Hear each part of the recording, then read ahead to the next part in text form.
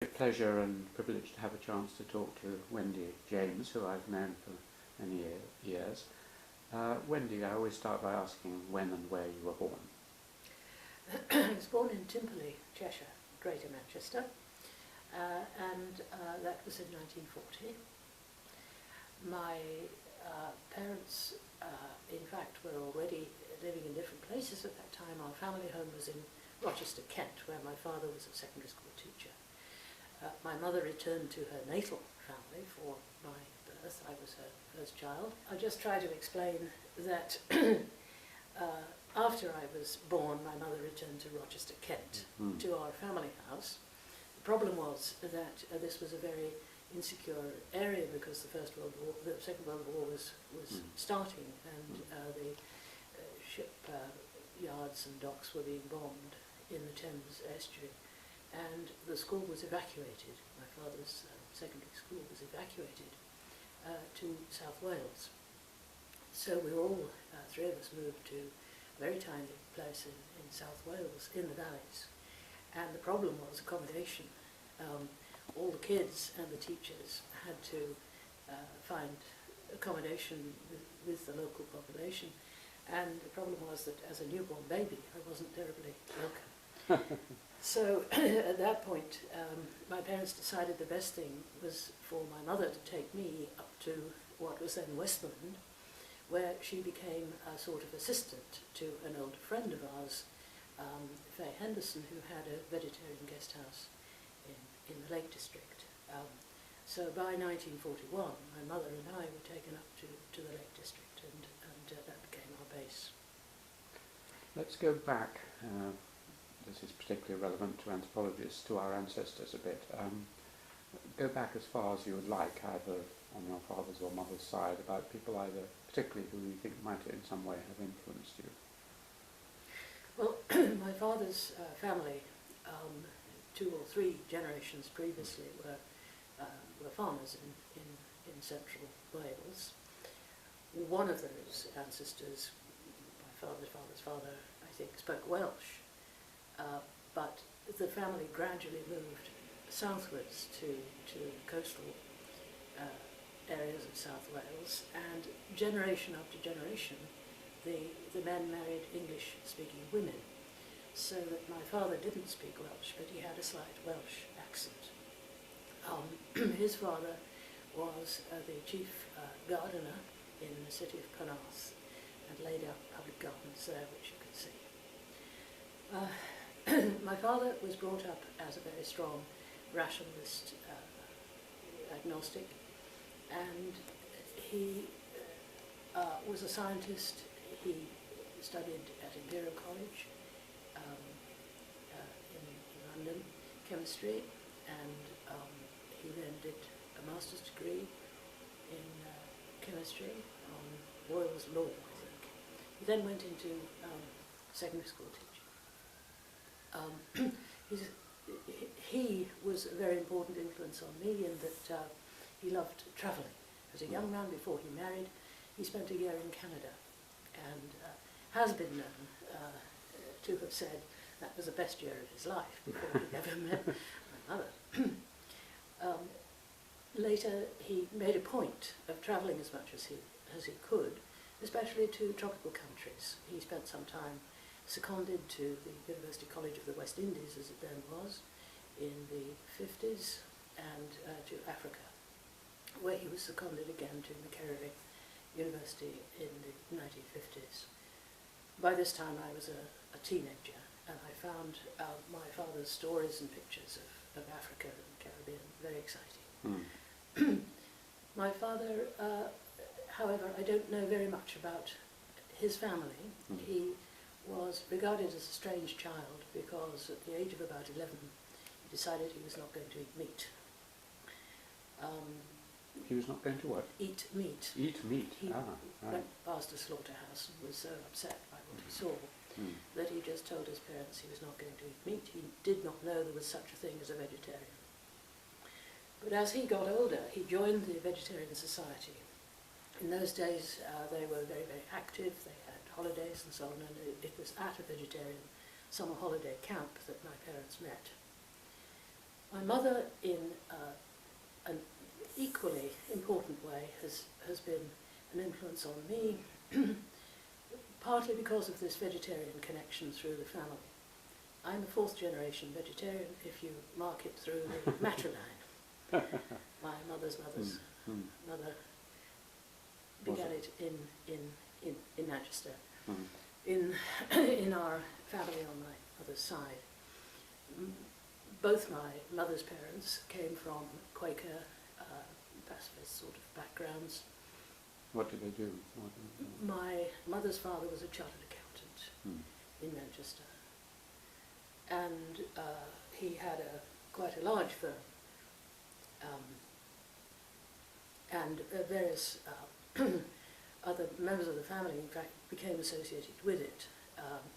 One of my mother's brothers, she was the eldest of 4 children, one of her brothers became a partner in the same firm of my grandfather, Julius Lunt, in the course of time. So Manchester was a very important sort of family centre, much more than South Wales for me. In the course of the war, my father moved up to Westmoreland, and we all lived in Grasmere. The lady whose guest house my mother had been employed as an assistant, helping her, this guest house was bought by my parents in 1943, and my father got a job teaching in the local grammar school in Ambleside, Kelsick Grammar School. He became a science teacher there in 43. My mother, meanwhile, was building up this guest house at that time, Beck Allen's, right in the middle of Grasmere, which is now a timeshare flats. 1947, after the war, my father began to look for employment further away from home, and among other things, he taught in Workington. I think it was a sort of technical school in Workington, so he would commute to Workington on a weekly basis. He then got a job at Russell School, a private school near Blackwell, Fleetwood, and he taught there for a while. And I think it was by about 1949 that an old friend of his, Tom Jarman, who was already established in the Institute of Education in the University of Bristol, said to my father, look, why don't you apply for a job here? There are plenty of jobs going, and indeed the whole university sector was expanding at that time. So my father, with his master's degree in chemistry, was welcome in Bristol University. By this time, 1947, not only was my mother making a great success of the vegetarian guest house at Beck Allen's, but my parents had bought an extra house, then known as Rothay Bank. Now it's the Rothay Garden Hotel, and much enlarged all over with glass corridors and so on. Originally a mid-19th century family gentleman's house, close to the river with lovely gardens, and that's the house essentially where my brother and I grew up. So by 1949 we were based in these 2 houses, and eventually my mother decided she couldn't cope with both. She sold Beck Allen's. So we just had Rothay Bank, but then we acquired smaller properties around about in a sort of satellite fashion to put guests in, and indeed we ourselves moved over to one of these. My grandmother came from Manchester when she was widowed and joined us in Grasmere. We had a little flat for her over White Bridge near the Swan Hotel. So that's where I grew up. I first went to, as a day girl, to a boarding school in Ambleside, Fairfield, PMU. Fairfields? My sisters went to that. Okay. And as you know, Alan, they put tremendous emphasis on literature and art. I remember that each term we all had to learn 2 poems and 2 sections of the Bible and recite these at the end of term to a little panel of staff from memory. And I think the emphasis on literature is something that has stood me in very good stead ever since. Was there a particular teacher who you remember there as inspiring you or anything? Not particularly, not at Fairfield, no. In fact, we had a rapid turnaround of teachers because a lot of them were student teachers at Charlotte Mason College in Ambleside. No, I don't remember any particular teachers there. But you remember literature? Yeah. What age were you when you went and when you left that school? Well, I started at 1944, and by the time I was the right age to go to take the 11 plus, I took the 11 plus. My father, meanwhile, had become chief examiner for Wiltshire and Gloucestershire for the 11 plus exam at his base in Bristol. By this time he was commuting on sort of half-termly basis between the Lake District and Bristol. And Dad, in fact, used me as a sort of guinea pig for improving the 11 plus exams. By the time I'd taken it myself, he'd allowed me to mark them. And I believe this is quite illegal, or would be today, but I used to get threepence by script for marking 11 plus exams by the time I was 12. Dad always encouraged me to think in ways that I think helped to open my mind to the rest of the world, to things outside and to scientific things. He had a telescope, for example, which he would take us out in the garden and look at the stars and so on. And climbing the fells and so on was also a great love of his. And we have a picture of me, I think at about the age of 3, climbing Silver Howe, swimming in the lake, all those sort of things. Well, you mentioned literature, and of course you're in the centre of the late poets, and Quincy and De Quincy and Wordsworth and Coleridge. Were you very conscious of them as you grew up, or not until later? I suddenly became conscious, really. I mean, we knew all the guests who came to the guest house were always wanting to look at Dove Cottage and where are the daffodils and so on. I do remember all that. It was all a bit of a bore, all these people coming to grasp me, are only interested in Dove Cottage. And where is Wordsworth's grave? And sometimes I would take them there and so on. But it hit me, I think it must have been 1950, which was the centenary of Wordsworth's death. Right? And we had special sort of performances and celebrations, and I had almost completed my time at Fairfield when we if I remember rightly, we had a reading of the prelude or parts of it, illustrated by tableaus, and I do remember being the young Wordsworth. Now it was not live acting, but it was a series of stage tableaus as the curtains parted. You saw another illustration of Wordsworth's youth. And for some reason I got a prize at that time signed by one of the Wordsworth family. I can't remember exactly what I did, but I have this from that time, 1950, as part of this whole Wordsworth celebration.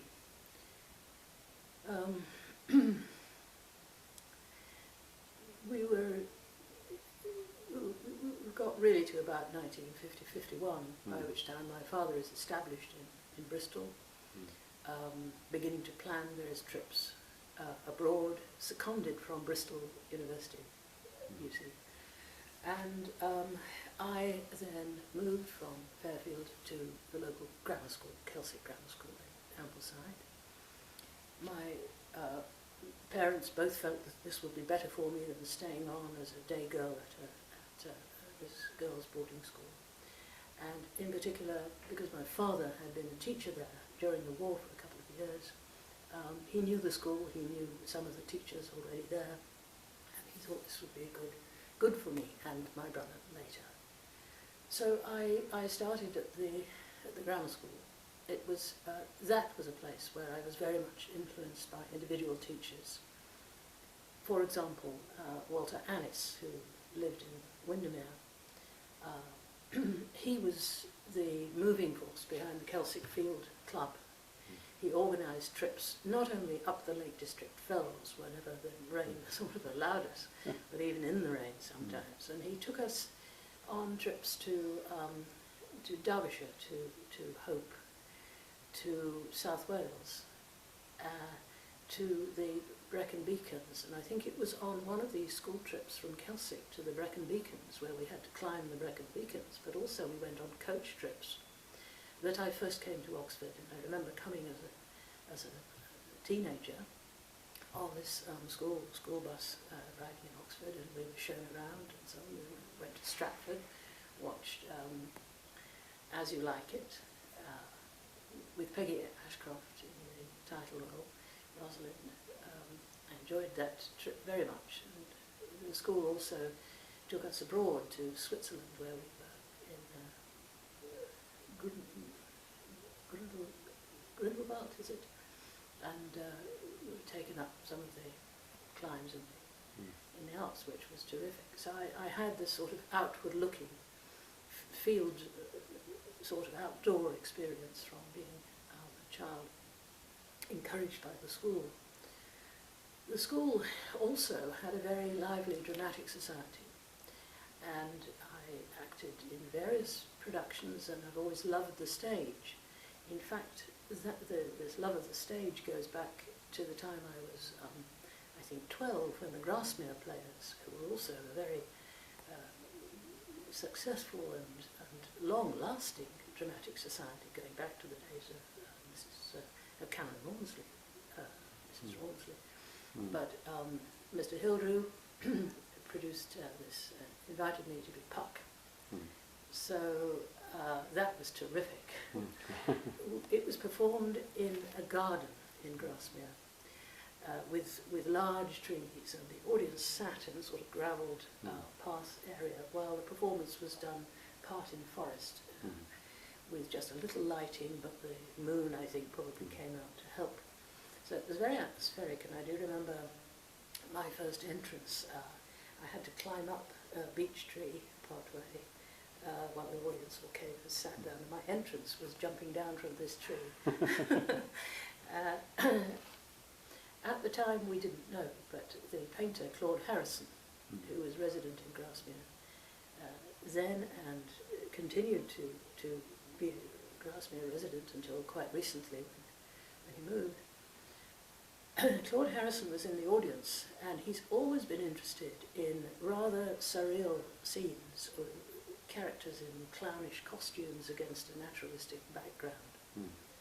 Now, one of his early paintings was inspired by that performance. My mother was going round the Lake Artists exhibition the following year. She saw a picture, an oil painting of this sort of forest with strangely gnome-like, pixie-like figures dancing around. And she said, well, you know, that's Wendy there. And indeed it was. So she bought it, even though she didn't have much money at that time, and he was already charging prices way beyond, you know, what you would normally expect to pay for a homemade thing. So we have this picture to prove that I was interested in the stage and acting and so on from an early age, to add to the literature side of it. What about music? Oh, it was a gramophone. You I mean, mean your myself. interest in music, yes. I went to piano lessons, but I never did very well. I was a bit scared of my teacher, Mr. Wiener. He was a refugee who'd come over to live in Grasmere, and I was a bit frightened of him. He was quite an elderly gentleman. He used to try and make me sing to clarify the tune of a piano piece, and I've always been a bit shy about singing, and I didn't do awfully well at music, but I did go to dancing lessons. I went to ballet lessons, and in fact my first ambition was to be a ballerina. You could break ballet shoes, no doubt. Oh yes. But I took a whole series of the children's exams, and I was working towards one of the more advanced series of exams when, in fact, I fell doing high jump in Kelsick Grammar School and twisted my knee and tore my cartilage in one knee. That put an end really to my career as a ballet dancer, though later, when I was an undergraduate, I joined the ballet club in Oxford, and we put on a little homemade concoction of a piece with just four of us in the quarter ballet. I did a little dancing on the stage of the playhouse in Oxford, but Even though you didn't play music, has music been important in your life? I mean, you listen to a lot of music or be inspired by music, or is it just rather peripheral? I love music when there is a chance to listen or to especially to live music. But I can't say that it's been more than that. What, classical music or all sorts of music?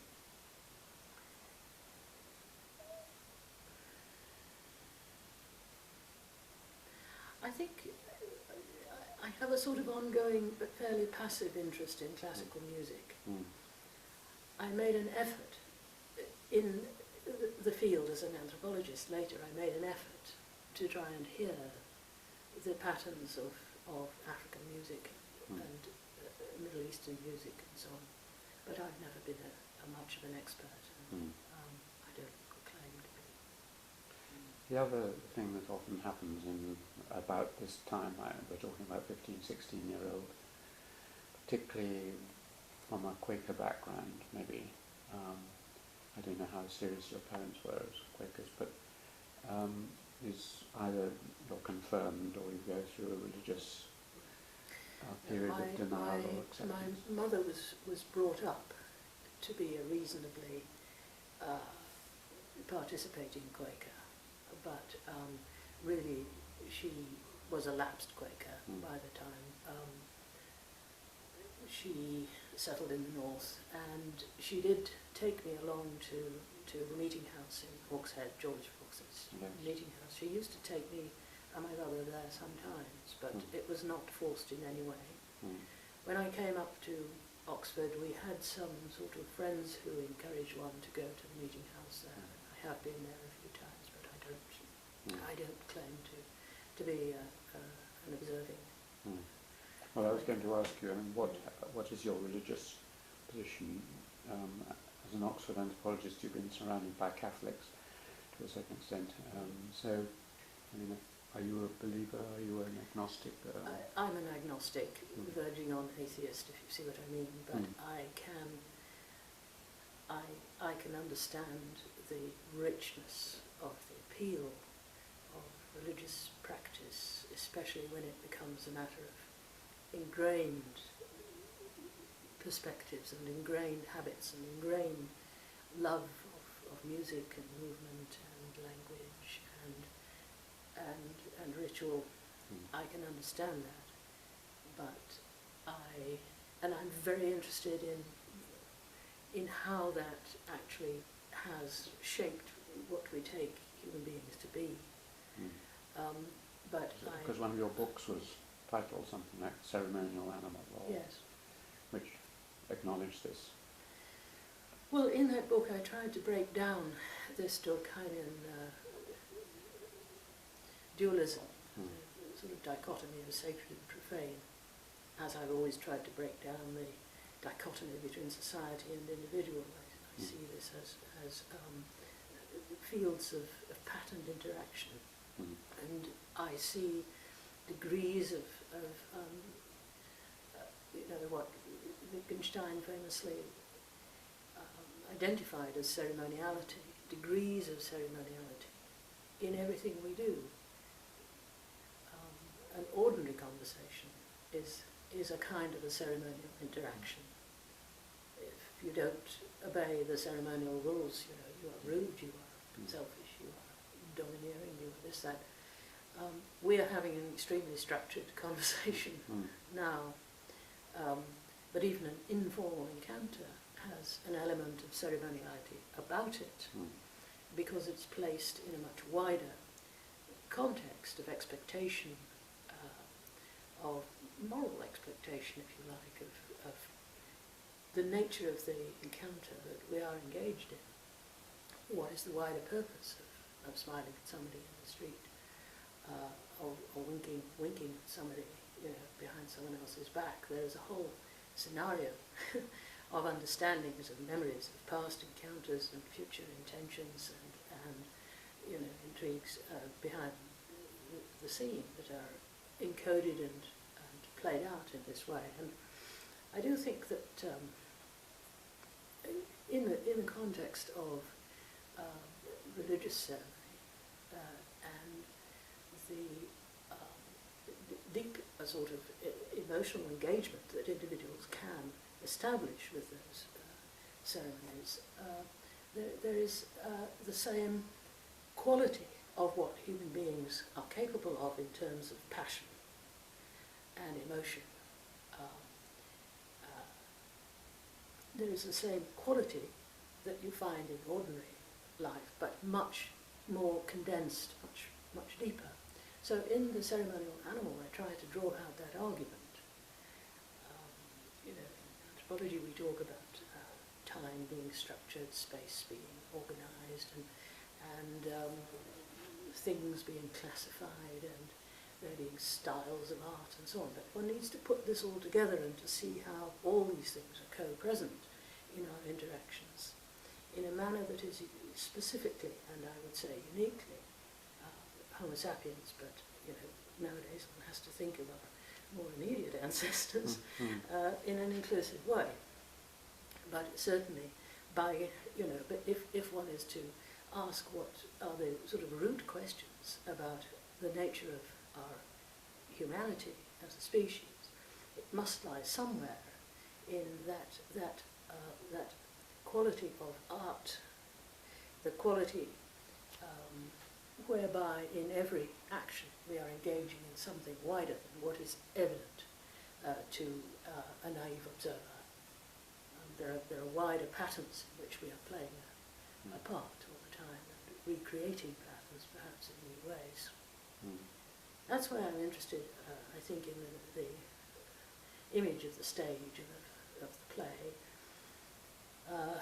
and of the artifice that lies behind our ordinary behaviour, the levels of artifice. I like Kirsten Hastrup's book very much, Shakespeare, Anthropology in the Company of Shakespeare. I think it's Actors and Acting, Anthropology in the Company of Shakespeare, where she looks at actors and producers, but mainly actors in the Royal Shakespeare Company, and interviews them and gets to know them well, gets them to speak about who they are when they're on stage, how can they become someone else, what is going on. And she generalizes what they say, I think, in a very perceptive manner to at least throw light on the nature of ordinary life. You cannot have here drama on a stage and there ordinary life.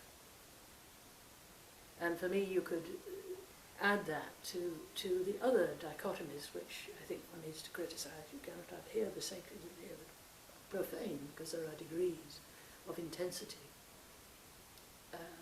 along that continuum, and one is engaged in a number of these different modes of more or less intense interaction with other people.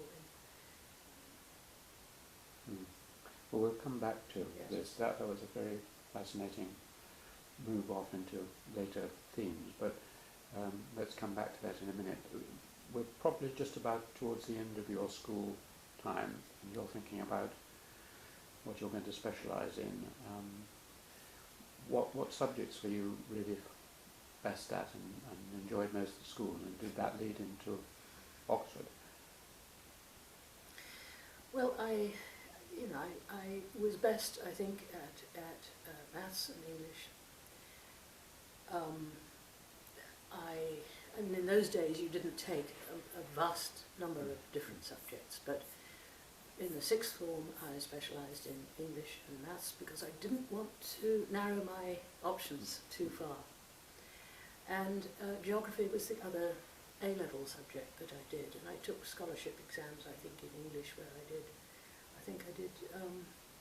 best in that of all those exams.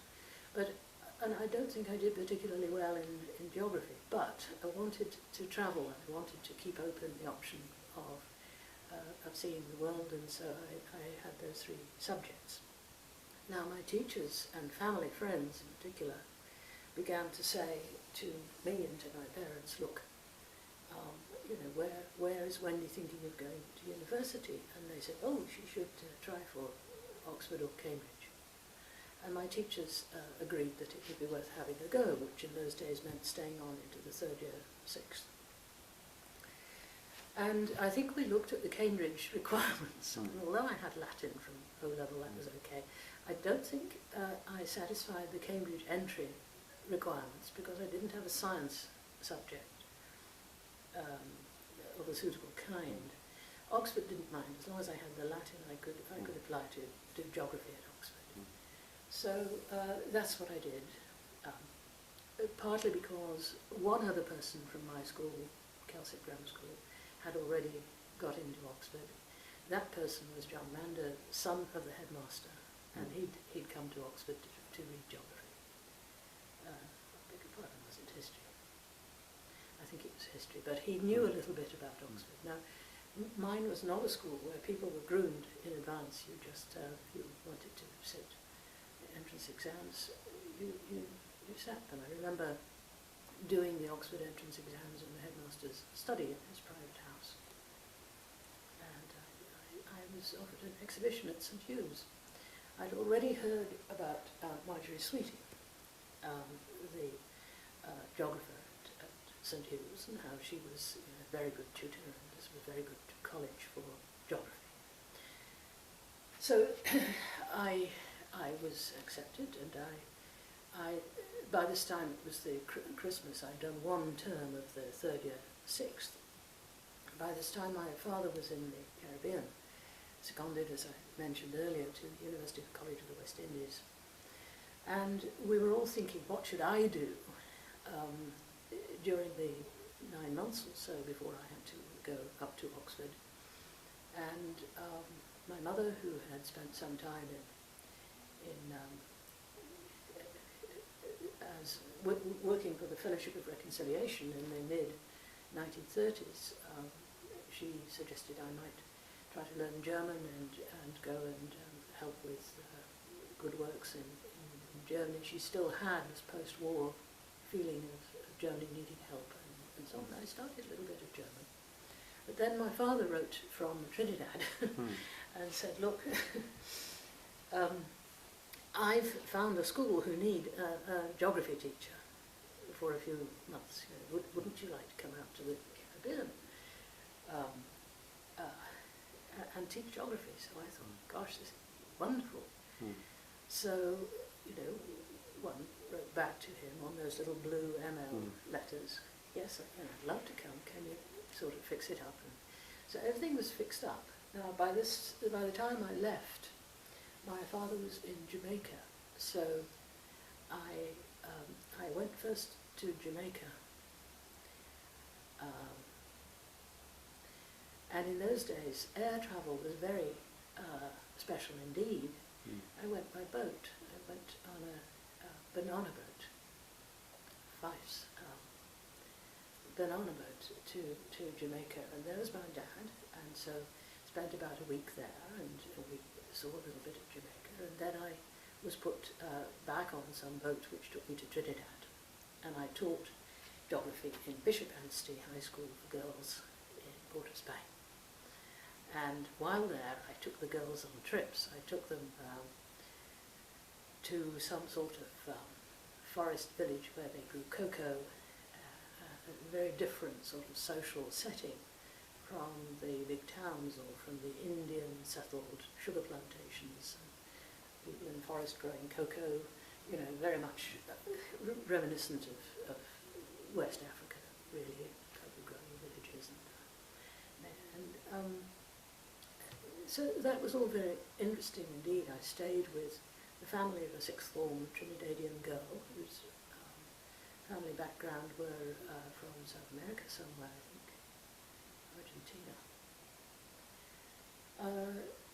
So I then came up to Oxford in the autumn of autumn 1959, is it? This was 59. Yeah, a year before me. I came up to St Hugh's, wrote my one of my dissertations, short dissertations we had to do on Trinidad, and started on geography. Now, Marjorie Sweeting, my main tutor in college, was essentially a geomorphologist of limestone, with a reputation of having explored all kinds of limestone caves in different parts of the world. Any part of the world which had limestone, she had been there and explored the cave. However, my interests were much more on the human side of geography from the beginning, and it was during that first year as an undergraduate in geography that I discovered the subject of anthropology. This was through lectures which were part of our mainstream provision at that time, lectures at the Pitt Rivers Museum by Audrey Butt and Ken Burridge, mainly. So week by week we would do, the Bedouins of Arabia, we'd do the Australian hunters and gatherers, we'd do the Eskimos, as they were still called at that time, and I believe we did the Nuer. Yes, we did the Nuer, taught by Audrey Butt, with objects from the museum, pictures and so on. And I thought, gosh, this is really interesting, And back home in the Lake District that year at some point, I bought myself a copy of Teach Yourself Anthropology. And I do remember reading this by myself and thinking the bits that I really liked best were actually about the family and kinship system of the Australian Aborigines. And I thought, that's really interesting.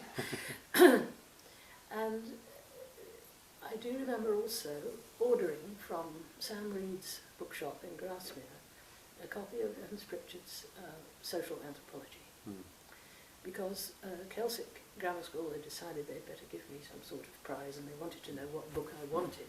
I thought, I will ask for this book for a prize. And I was surprised recently moving all my books, because I'd recently retired. I had to move my stuff out of our institute into our home, and I found this book as a prize. I'd completely forgotten about it. Dated, I think, 1960. So it was definitely as an undergraduate I became interested in anthropology, and I started reading things like Evans-Pritchard's work, and this absolutely. I fell in love with E.P.'s writing at that time. So in the summer vacation of '61, is that right? That's your second year, end of your second year. Yes. The summer vacation of '61, I went to East Africa.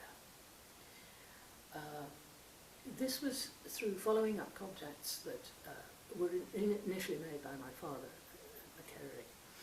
But I'd also, by this time, met many students from Africa in Oxford. It was a boom time for students from African and Asian countries, where, for example, in Africa, the universities were expanding, but hadn't yet got to the point of being able to cope with graduate students in particular and give their own doctoral degrees. So they were coming to UK universities in considerable numbers, and I remember we had student societies, not only the Africa Society, which I think still survives, but we had the East African Society, we had the West African Society, and many of these countries were becoming independent, so there were parties for Ugandan independence, and parties in London, parties in Oxford, and a great deal going on. So I had a network of friends from East Africa itself by this time, who said, oh, you should go and see my family, or go and see my friends, and so on and so on. And what I managed to arrange was to spend the summer of '61 mainly in what was still then Tanganyika. I passed through Uganda and Kenya, seeing friends in this network. And then I had somehow managed to arrange to have a part-time teaching job at a girls' secondary school, a charming girls' secondary school, which is on the slopes of Kilimanjaro. And I managed to hire a little car. So every week I would go up to the school on the slopes of Kilimanjaro, teach for 2 or 3 days, and come back down to what was then called the KNCU, the Kilimanjaro Native Cooperative Union, which was the centre of social life in Moshi town. And I had a room there, and from that base I gathered material for my dissertation on the lower slopes of Kilimanjaro. This is part of the geography course. Everyone had to do a geographical dissertation. Most people did it in this country. And I got special permission to do a larger area in Africa, so I did this for my undergraduate dissertation. And I used the car to drive around and talk to people, extending my own networks, people growing bananas and on the sides of Kilimanjaro, growing coffee. I visited some Greek farmers who were still there, although the Greek land was in the process of being nationalised by TANU, by the government of Nyerere, which was very powerfully reorganising things at that time, Uhuru and Ujama and so on. Tanganyika had not yet got its independence, that was to come a little bit later, but there was a euphoria in the air about it. It was a very exciting time to be in East Africa, the early 60s. And I enjoyed that summer very, very much. And this confirmed me in my ambition now to change from geography to anthropology, because talking to these Chaga banana farmers, I thought, gosh, you can't really understand what's going on unless you can somehow speak Kichaga, and I couldn't. So, though I had tried to do a little Swahili. So that was the summer of '61. And by '62, I made my, early '62, I made my application to come to the Institute of Social Anthropology, as it then was, and as you said, Keble Road. And I do remember being interviewed by EP, probably sitting on this very, very cushion. Yes. And Evans-Pritchard was quite dry and quite thoughtful, and he said, "So you want to be an anthropologist?" And I said, "Yes, I would like to." And it was very short, very sweet, and I was accepted, and I got a studentship from Westmoreland County Council. Now, another thing I should confess is that I had already met the brothers Leonhardt at what then I think still was the Colonial Services Club in South Berks Road. Later became the Commonwealth Services Club, and then it sort of got transformed into various other things. But I do remember going there, partly because of my links with all these African societies and so on, having meetings and going to the pub and going to the Colonial Services Club. And there was a bar billiards room there, and for some reason I found myself brought into this bar billiards, shown how to play bar billiards with my brothers Leonhardt. I do remember... Which of them, Godfrey or...? Godfrey mainly, but Peter too, they were both. But I do remember Godfrey saying to me, "Oh, you ought to come and do anthropology. Get yourself a first-class degree, and then you can come and do anthropology with us." So, in fact, it became my first tutor in the diploma. It was not social anthropology in those days, it was the diploma in anthropology, if you remember. Alan, and so we spent quite a lot of time at the Petrobras Museum. I think I must have been one of the last of the generation who actually saw Beatrice Blackwood demonstrating things, including the Australian. And we also had classes with Geoffrey Harrison where you had to sort of stick a needle in your thumb and put the blood on a slide and look at it through and then find out if you could taste grapefruit or not. But it was a very happy time for me doing work as a graduate student in Oxford. St Hugh's College was fine for me as an undergraduate, but I felt only really when I came into the graduate world of anthropology that I was really becoming part of the mainstream of the university. St Hugh's was just a little bit sheltered, and I found it so, having already travelled a certain amount by myself, and having, been a teacher and having been at a co-educational grammar school. I felt St Hugh's just a bit too female and too peripheral. yeah. Tell me, give me a little pen portrait of Godfrey, because you knew him for many years and he was your first teacher and so on. How would you describe him to someone who didn't know him? Oh dear.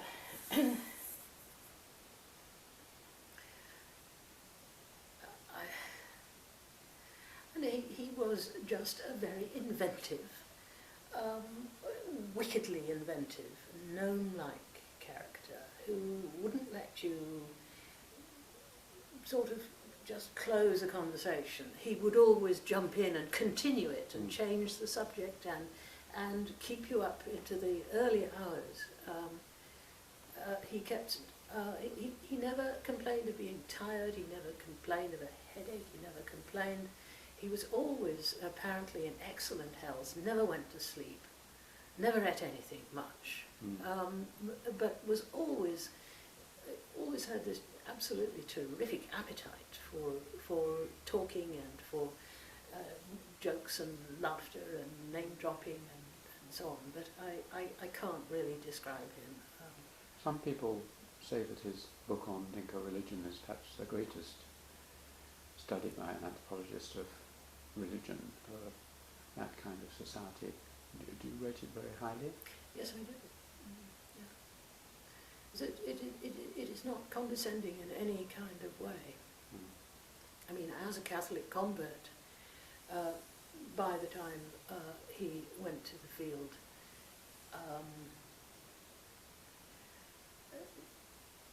I think that any kind of anthropological condescension towards the beliefs and practices of the Dinka had gone. I mean, there is an acceptance on equal terms, really, of the capacities of the Dinka as a society, as a people, and as individual people. There's an acceptance of their capacity for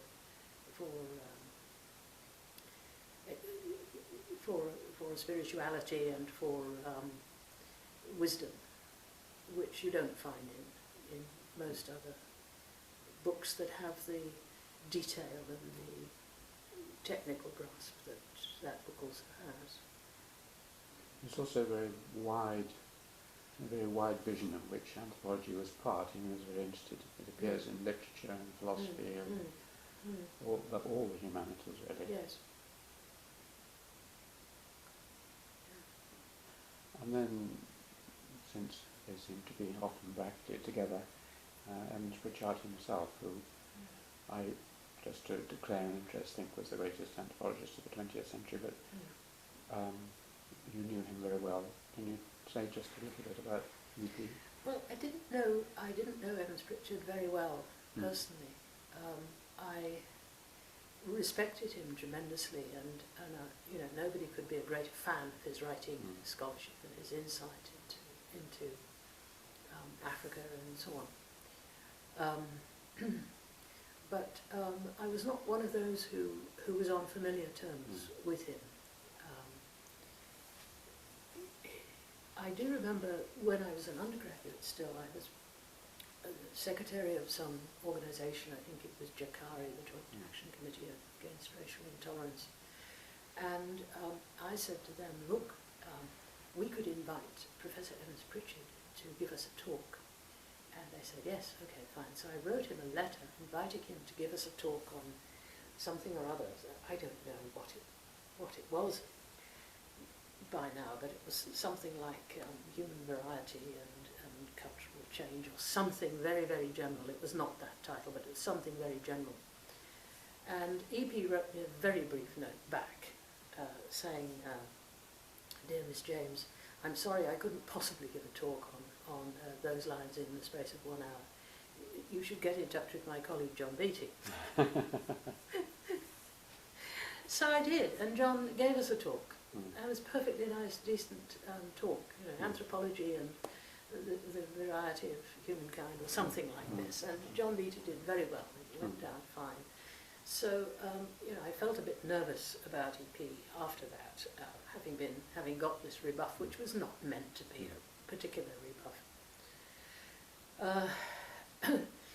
Now, EP, after my first term's tutorials with Godfrey said, "Oh, I think you should go to EP next." So I was passed on to EP for the Hilary term of that year, tutorials, all very, very almost prim and proper and cut and dried. He'd say, "Oh, have a look at this book and tell me what you think." Or he'd say, I think one of his subjects was, he gave me some book by an Eastern European author, and he just said to me, "Would you regard this as Marxism?" And so I took it away and read it and wrote an essay, and would read. It was in the days when people read their essays, tutors. You know, that was all right. And then, at that time, people were routinely moved around, sort of musical chairs. You went from one tutor to another. So the third term, I was given to Rodney Needham. So Needham was my tutor for the final term of that year. Well, you know, I'm going to ask you about Rodney. How did you get on with him? He was a very meticulous man, as I recall. Well, at that time I didn't quite understand how ambitious he was, but I know how meticulous he was, to use your phrase, and how extremely focused his notion of what the subject was about. I was beyond redemption, I think, from his point of view, because it was already the Trinity term and we were having our exams almost immediately by the time I became his student. And one day it was very hot. He said, "Oh, let's go for a walk in the parks." So we were right by the entrance to the parks, and so we walked around the parks. And he upset me. I don't know if you realised this, but he asked me first, "So you're doing a special option on East Africa?" I said, "Yes."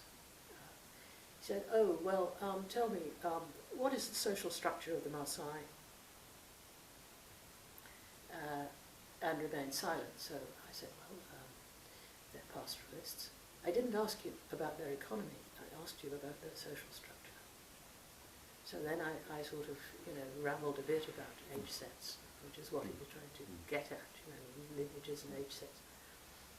And after a while he said, "You're not planning to be an anthropologist, are you?"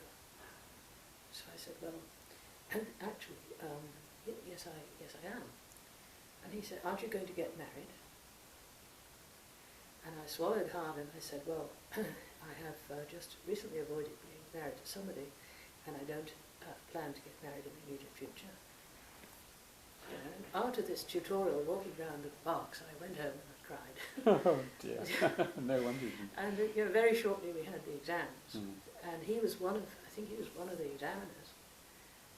And I made a very stupid mistake. Ken Burridge was also one of the examiners. I made a stupid mistake because we had these objects put out in front of us. We had to say what they were. And one of the objects was an ostrich eggshell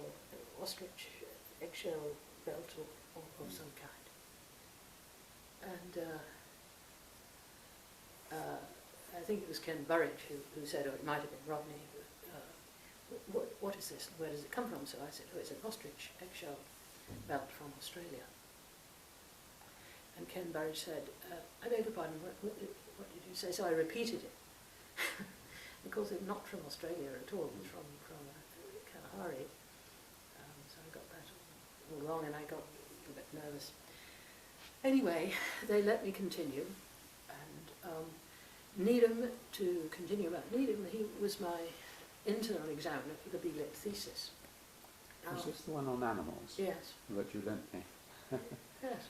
Oh, Because we met about this yes, time. yes, Yes, that time, and I remember borrowing it. It was my first piece of anthropological detailed reading. Well, I mean, all of us were sort of blown over by Lévi-Strauss at that time. And I even have a copy of La Pensée Sauvage in French with some violets pressed in the front, which Godfrey Leonhardt had picked for us, several of us, as we were walking down the road to take the diploma exams. He had picked some violets or little pansies. Violets and given- pansies, yes. And I kept that in my copy of La Pensée. We were all rather taken with this, and this was all very bright and new and fresh, structuralism and animal classification and so on.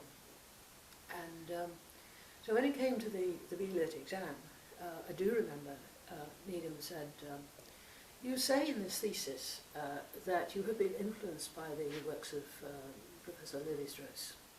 I said yes. He said, I fail to see any relationship between the ideas of Lévi-Strauss and what you have put in this thesis.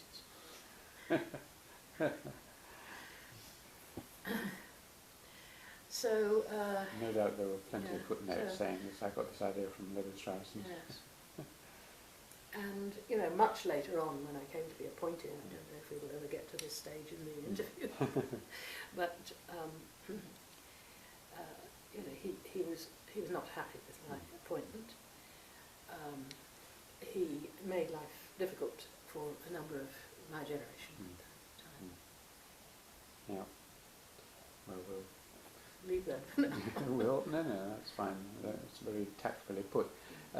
Let's move on. You then went on to do a PhD, or a DPhil, presumably after your MLit. Well, no. I started looking for money that I could apply for to do field research for a DPhil. Now, as you'll understand, I was wanting to go back to Africa, either East Africa or West Africa, and I made various applications for, you know, funding grants and research attachments and so on. I think I applied for something in Lagos, and I certainly applied for something in East Africa. I think it was Makerere. And I was planning to go to northern Uganda at one point, I'm sure. And then because it was a time when the research funds which had supported so much anthropological work in the colonial period, those research funds were sort of drying up. At the same time, the numbers of anthropologists were rising. So, I mean, I was part of a group in the institute. We were more than there had been for some years. You know, the numbers were going up, the resources were going down, and so we were being encouraged to think of ways in which we could do field work, either by taking employment or by other means, because there weren't enough research funds to go around. And a job was advertised in the University of Khartoum, and he said, oh, you should apply for this job. And I do remember Godfrey and Peter telling me in the King's Arms, yes, you should apply for this job in the University of Khartoum. You'll have to learn Arabic and it'll be very good for you. So I applied, and there was an interview in London, and I was offered the job.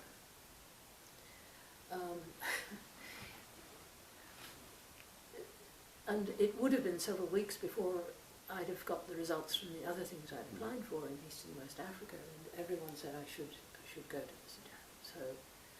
So I accepted it, and by the following September or so, I was in Khartoum University on a lectureship without a doctorate. Again, it was a time when universities were expanding all over the world, and especially in African countries. And even in the Sudan at that time, although what is known as the old civil war had already been underway for 5 years or so before I arrived, it was a time in Khartoum of optimism and euphoria. It was not thought at that time that things would get so bad in terms of that old civil war, let alone what has happened since. There was a feeling that we were working together, Sudanese and British and other foreign colleagues in the university working together, trying to make academic training and academic life suitable for the glorious future of the country. Now it was while I was teaching in the University of Khartoum that I was able to do field research, and this was part of the understanding from the beginning. Our Department of Anthropology and Social Anthropology and Sociology had a grant from the Ford Foundation to which members of staff could apply to do field research. Now, I didn't go off to the field on my own straight away, but